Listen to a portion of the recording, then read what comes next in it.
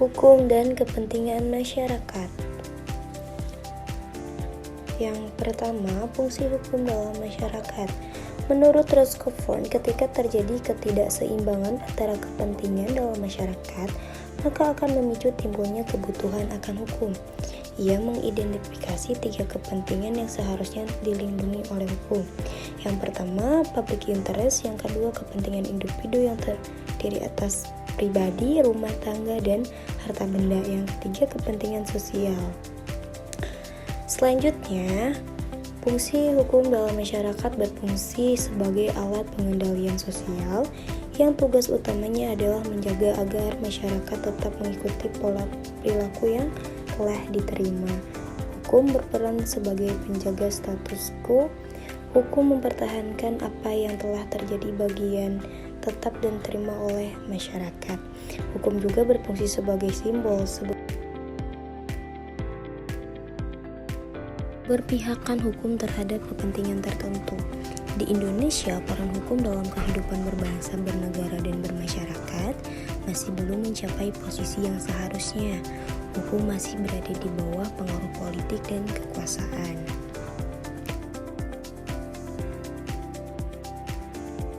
Karl Marx berpendapat bahwa hukum berhubungan erat dengan ekonomi.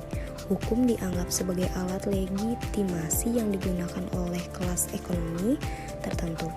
Menurutnya, peraturan dalam konteks perubahan cenderung merugikan pekerja karena hukum dikendalikan oleh kelas pemilik modal.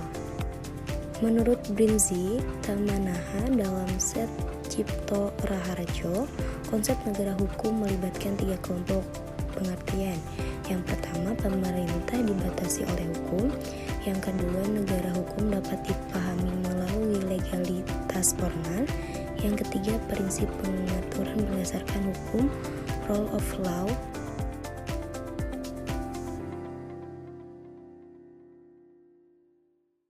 Dan selanjutnya, peran hukum dalam masyarakat.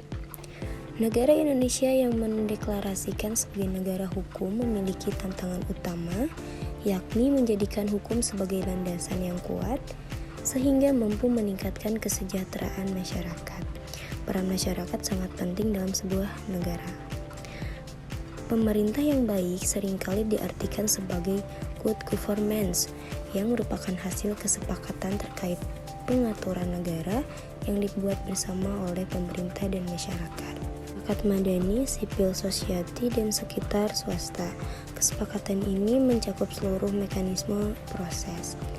Indikator dari pemerintahan yang baik adalah ketika pemerintahan produktif dan menunjukkan hasil dengan meningkatkan kemampuan ekonomi rakyat dalam aspek produktivitas dan daya beli. Peran hukum dalam masyarakat dalam konteks undang-undang yang berpihak kepada masyarakat penting untuk mempertimbangkan proses pembuatannya. Negara-negara berkembang sering menyoroti faktor-faktor di balik kelemahan suatu negara atau disiplin sosial yang meluas seperti perundang-undangan yang Nah, segitu aja pembelajaran video dari saya. Thank you for watching.